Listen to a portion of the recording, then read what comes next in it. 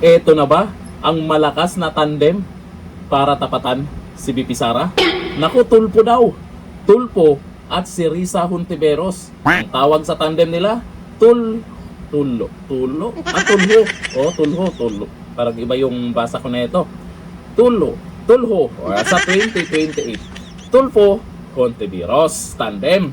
Pantapat sa Duterte camp sa 2028. Malakas na ba yan? Ay mukhang parehong sasablayan. Kasi si Raffy Tulfo noon malakas talaga, dumidikit yan kay VP Sara sa mga survey. Simula nung biglang nanahimik siya sa yung may pinambestigahan siya.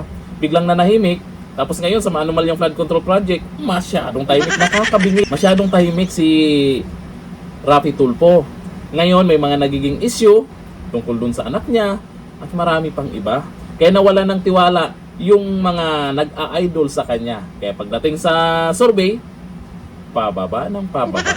Tapos eto itatandem kay Risa. Naku po. Unti-unting lumulutang sa social media ngayon ang tambalang tulho. Tulho.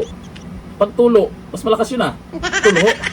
Ang posibleng magsanib puwersa ni na Senator Raffy Tulfo at Risa Hontiveros bilang potensyal na pantapat sa Duterte camp sa 2028 national elections. Naku, hindi na mapakali itong mga to. Sino-sino na lang yung iniisip nilang tandem-tandem Magtrabaho muna kayo. Ayon sa ilang taga-suporta ng dalawang senador, maaaring magsilbing balancing kombinasyon. Basta talaga naman ang Tulfo Hontiveros. Ang pag-usbong ng ideya ay may ugat sa mga naunang survey at pahayag ni Ranjit Ray, Fellow of Octa Research, noong nakaraang taon. Sa panayam niya noong November sa programang One News Long Conversation, sinabi ni Ray na lumalabas sa kanilang datos na isa sa pinaka-competitive na kombinasyon sa panig ng non-Duterte bloc ang Tulfo Hontiveros. Yan talaga ang pinakamalakas niyong ipantapat. Wala na bang iba? Wala na talaga. Yan na talaga. Sino ba pwedeng ipantapat nila? Okay sana kung sa election pwedeng bigyan ng plus ba? Plus 5 million votes. Yung mga ganun ba? Wala Yung bilangan kung ilan yung bumoto sa kanila, hindi kasama yung mga trolls dyan Gayon pa man, ang konsepto ng tulho, dapat ginawa nyo ng tulo para malakas ba? Ay patuloy na itinutulak ng ilang taga-suporta bilang isang winning formula laban sa mga Duterte-aligned candidates. Tapos itong si Risa, kung ano-ano na yung mga naisip niya. O eto pa yung pinagyayaw-yaw niya. Mula nung naghati yung unity team nila, I think mas naging stark yung ganyang gap or pagkukulang sa ating pambansang eksena, and mas siguro naramdaman ng ating mga kababayan na baka may iba pang alternatibo.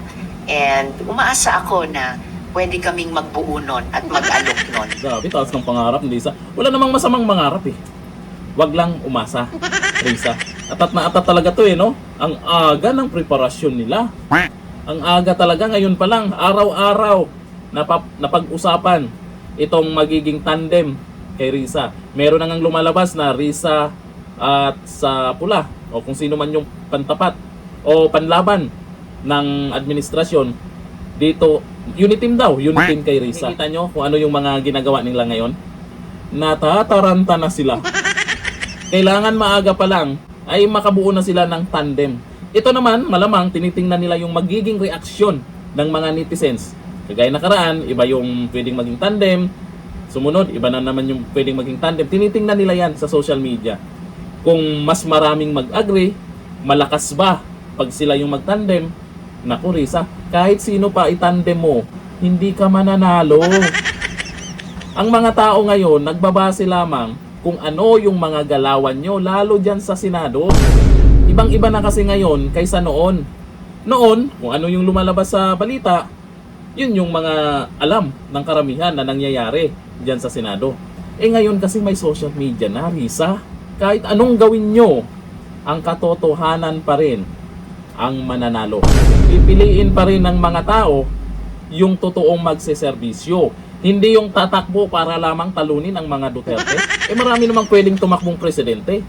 Bakit puro kayo Duterte? Baka magulat kayo. Hindi si VP Sara Duterte ang tatakbong presidente. Pwedeng si Senator Bongo. Pwedeng si Senator Robin Padilla. Masyado kayong kabado. Hanggang dito natin kayo. Bye-bye.